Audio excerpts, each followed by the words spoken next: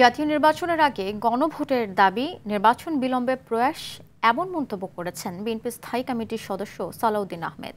দলটির আরেক স্থায়ী কমিটির সদস্য আমির খসরু মাহমুদ চৌধুরী বলেছেন, তুরস্ক বাংলাদেশের সুষ্ঠু নির্বাচন দেখতে চায়। নির্বাচিত সরকারের সঙ্গে তুরস্ক কাজ করতে উদ্গ্রীব বলেও জানান তিনি। বিস্তারিত জানাচ্ছেন শামীম চৌধুরী। দুপুরে বিএনপি চেয়ারপারসনের রাজনৈতিক কার্যালয়ে দলটির মহাসচিবের সঙ্গে সাক্ষাৎ করেন ঢাকায় সফররত তুরস্ক উপপররাষ্ট্রমন্ত্রী এবেরিস একিনসি ও ঢাকায় নিযুক্ত তুরস্ক রাষ্ট্রদূত রামিজ সেন।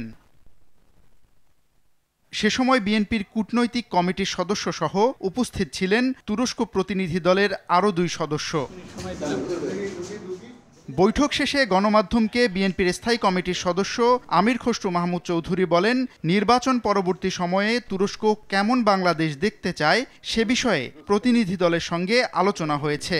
বলেন, ওআইসি শক্তিশালী করার পাশাপাশি বাংলাদেশে বিনিয়োগ, প্রযুক্তি খাতে উন্নয়ন এবং প্রতিরক্ষা বিষয়েও আলোচনা হয়েছে তাদের সঙ্গে। নির্বাচন নিয়ে আলোচনা হয়েছে এবং সবাই নির্বাচনের অপেক্ষায় আছে। বন্ধুত্ব আরো সুদৃঢ় করার জন্য সব এরিয়াতে আমাদের কোঅপারেশন বাড়ানোর জন্য অর্থনীতি, সংস্কৃতি, ওআইসিতে আমাদের যে ইনভলভমেন্ট সব কিছু মিলিয়ে সম্পর্ক কিভাবে আরো বাড়ানো যায় সেটা আলোচনা এসেছে। অতি সত্বর নির্বাচনের মাধ্যমে নতুন সরকার আসলে নতুন সরকারের সাথে কাজ করার জন্য উদ্গ্রীব।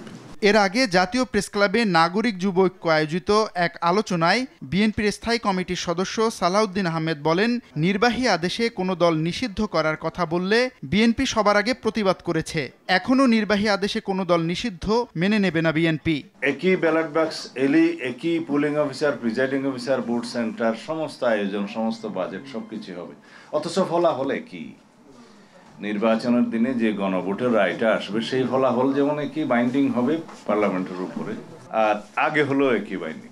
আর একটা জাতীয় সংসদ নির্বাচনের মতো বিশাল আয়োজন করে শুধুমাত্র গণভোটের জন্য দেশকে প্রস্তুত হতে হবে। সেটার একটা লক্ষ্য থাকতে পারে এই নির্বাচন যেন বিলম্বিত হয়।